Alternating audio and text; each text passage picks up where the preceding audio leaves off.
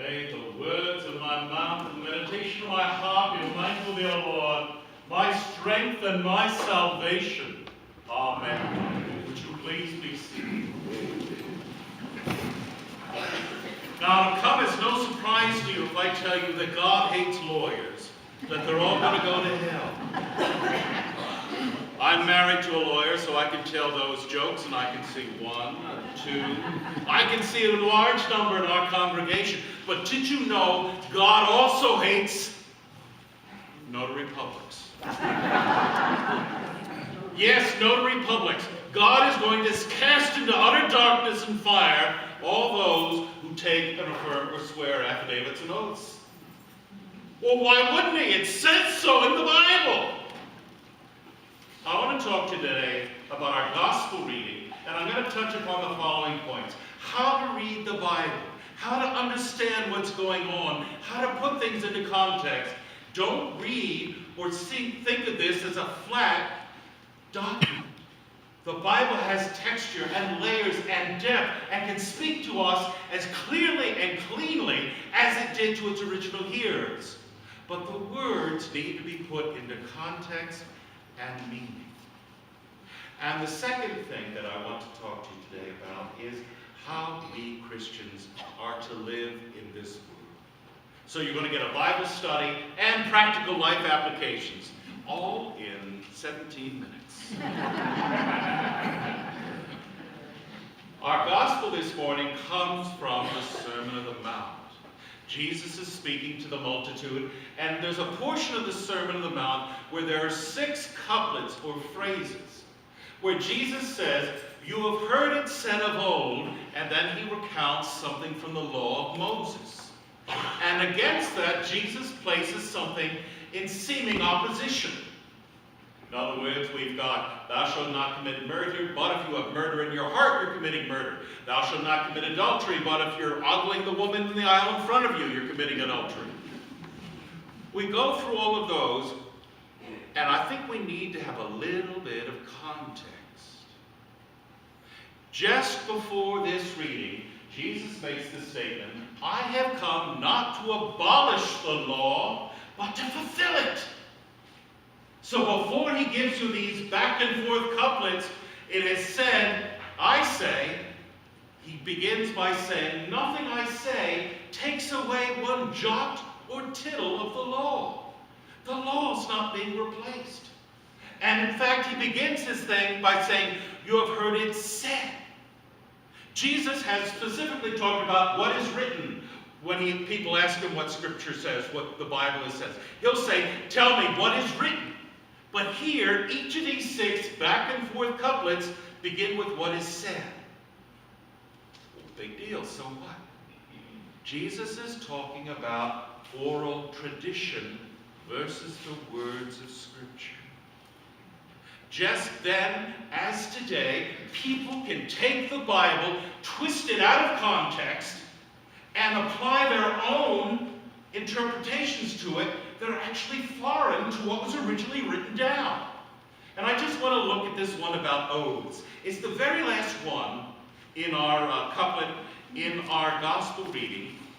I'm not going to touch some of the other ones. Divorce, adultery, no, not today. Again, "You have heard that it was said to those of ancient times, 'You shall not swear falsely. Carry out the vows you have made to the Lord.' But I say to you, do not swear at all, either by heaven, or by the earth, or by Jerusalem. And do not swear by your head, for you cannot make one hair white or black." Supposing that you had hair that you could make white. "Let your word be yes, yes, or no, no." Anything more than this comes from the evil one. And in James's letter, chapter 5, James says, don't swear oaths. Don't do this. Say yes, yes, no, no. Well, this is clear. Notary publics go to hell because all they do is take people's oaths. Now, what's going on here? Does Jesus mean that? Absolutely not. Earlier in the passage, you read, "If your eye offends you, pluck it out." No, we're not supposed to go around plucking out our eyeballs. It's the same passage. It's the same degree of not so much hyperbole, but sort of taking it to the nth degree to just demonstrate a point. Now first, let's start about what's so special about an oath. Well, in the law of Moses handed down on Sinai, thou shalt not bear false witness. Thou shalt not take the name of the Lord thy God in vain. Don't lie. Don't use the Lord's name in vain. Don't swear. Don't promise on God's name. I swear by Almighty God I'm going to do this, and not do it. When you make a promise, keep it. That's the straightforward message. Don't mince words. Don't be mealy-mouthed. Truth is not conditional. When you make a promise, the promise is good, not just until it's no longer convenient for you, then you forget your promise. But when you make a promise, you keep it. Over the course of centuries, Jewish law has taken an interpretation of these statements and basically said, promises are of different types. You can promise to a non-Jew, and you can get out of that at any time. Because promises to someone who is not of God's people are not binding. In other words, if somebody's holding a knife to your throat, and they're a Philistine, oh yes, I'll do exactly as you say. The moment you get away, A, it was under duress, and B, it's a Philistine. It doesn't count. You can have promises where I swear on the head of my children that I will do this, and if not, may God strike me dead. That's the one degree of a promise. That is actually an oath. You're making a promise to somebody else to do something, and if not, consequences will follow. And then there are vows. Oh Lord, if you give me the scratch-off numbers this month, I promise I will make every faucet in this church gold-plated. A vow. In other words, we have vows which are to God, oaths which are to other people, and oaths also have an element of a curse, meaning, and if I don't do this, so help me God, may I drop dead. This whole system had come up through basically what is called casuistry, trying to find ways to interpret words to put, what is the definition of is? It's not like the Jews were the only ones who had this problem. In our modern life, what do promises mean? When I started out in life, after I graduated from college, I worked in New York City for a year, and then I went to work for my dad. And I started off as his secretary, meaning I typed, I filed. I took his dictation in shorthand. We had what is called a partner's desk. He had an office and a big desk that was double-sided. He sat on one side, and I sat on the other. And at that same desk, 30 years earlier, that's how he learned his business from his father. And how grandfather Conger learned his business from great-grandfather Conger. It's the same business, the same desk, but you learn these things. And one of the things my father said to me was, in your grandfather's time, a man's word was his bond.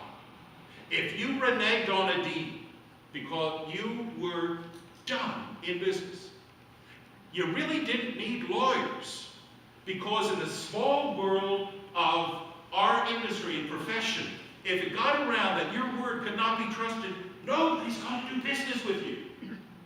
Nowadays, we have to have all these signatures and corporate seals and stamps. We got to get the notary in there to document this, then we got to go take it to the courthouse, to the profanatory to docket it. And it all basically means the same thing. I'm going to honor and tell the truth. But our world today is, you've got to be double secret sworn to have all these things for the truth to really matter. And it was like that in the Jewish world. Your word didn't matter. What mattered was all the verbiage and fluff you added on top of it. Jesus is saying, knock it off. Cut it out. Let's look at his passage. And you'll see he's not picking on anybody or any group of people. And he's not, the Jehovah's Witnesses during the Second World War refused to take an oath of allegiance to the United States. And this went all the way to the Supreme Court. And because they said, look, Jesus said don't take oaths. And the Supreme Court said, people are so stubborn, but we'll give you a pass on this one. You can affirm your allegiance to the United States. So that's why when you see courtroom docudramas these days, do you hereby swear or affirm? Because of the Jehovah's Witnesses caused a problem about 70 years ago. Nobody a Jehovah's Witness? I'm not picking on anyone. I need to make sure, because sometimes my jokes hit a little too close to home. So an oath. So Jesus is what he's saying. Let's look at this passage. You have heard it said in ancient times. Said in ancient times, meaning the oral tradition of the last 700 years. We have the law as written, but the lawyers, the Pharisees, over the last 700 years have developed an oral tradition of what this means. So you've heard that the oral tradition says that you must not swear falsely, but carry out the vows you have made to the Lord. Fair enough, that's true. But what Jesus is saying is that you Jews will only honor promises if you say, in the Lord's name, I promise to do so and so, and such and such. In other words, you added this little extra bit at the end saying, so help me God. Jesus responds, but I say to you, don't swear at all, either by heaven, for it is the throne of God. Don't say, so help me God, or by the earth, for it is footstool, or by Jerusalem, for it is the city of the great king. And do not swear by your head, for you cannot make one hair white or black. Don't swear about on the heads of my children. And if I don't do this, so help me God, may bad things happen. Let your words be yes, yes, no, no. Anything more than this comes from the evil one. Now, what does that mean? Anything more than this comes from the evil one? If you say, so help me God, strike me dead, the Lord is not going to strike you dead. Who is going to strike you dead is the evil one. So every time you make an oath or swear a vow and then have, so help me God, or by this little drop of blood, I swear that, if I don't do this, may bad things happen to me. You're not invoking the Lord, you're invoking Satan. What Jesus is saying is that just keep it clean, keep it simple, stick to what it said, which is let your yes be yes and your no be no. Wouldn't it be wonderful if Christians were known by the fact that we all told the truth? We'd put half the lawyers in the country out of business to start, wouldn't we? But if we had a reputation as a people who didn't lie, who didn't, I'll keep this promise until it's no longer convenient.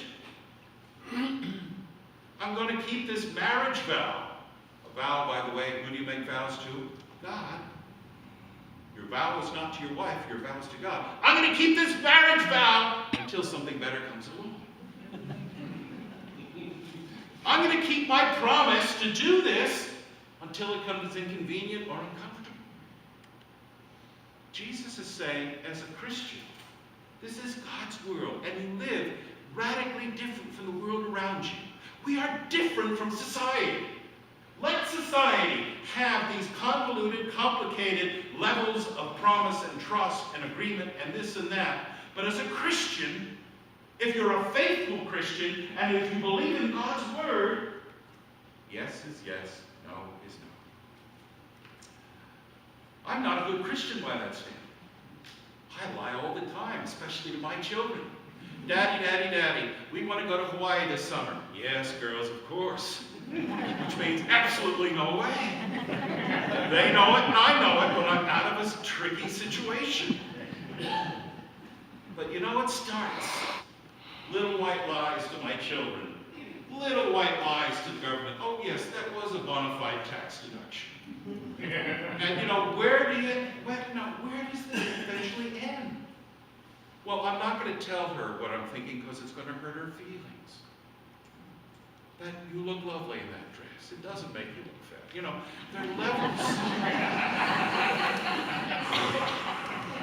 But where do we stop?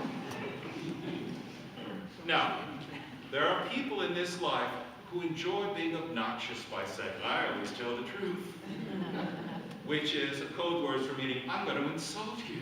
Keep your mouth shut in those instances. So where do we come back to from the start of this sermon? I wanted to make 2 points. How do you read the Bible, and how do you live a Christian life? You live a Christian life by being honest and honorable in all your doings. A Christian should be someone whom you can trust to keep his word or her word. No excuses, no situations. You can overcome. If you make a vow or a promise, man, you keep it. It's just that simple. Because God has kept his promise to you that he will grant you eternal life. And he gave his son to that effect. God's not going to say, oh, well, I don't think I'm going to do that now. Because things are different. It doesn't matter. You need to honor your word in all situations. Even when it's uncomfortable. Even when it can hurt you. Even when it's not what we want. But honor, duty, integrity are not just words for the Boy Scouts. They're words how we are to do. The second point that I wanted to make is about how you read the Bible. You can pull out phrases and sentences and sort of create little castles in the air out of things that eventually are totally divorced from what the Bible's truly saying. We've got, go up to the hills and you'll find churches where, I'm not allowed to make jokes anymore about the villages, so go down to Homosassa and you'll still find people holding up stakes from Mark's Gospel. Snake handlers and people plucking out their eye because it offends thee, or all this and that. They're taking poetic language and applying it in literal situations outside of its original context and meaning. The original meaning is be honest, be straight, be forthright in all your doings.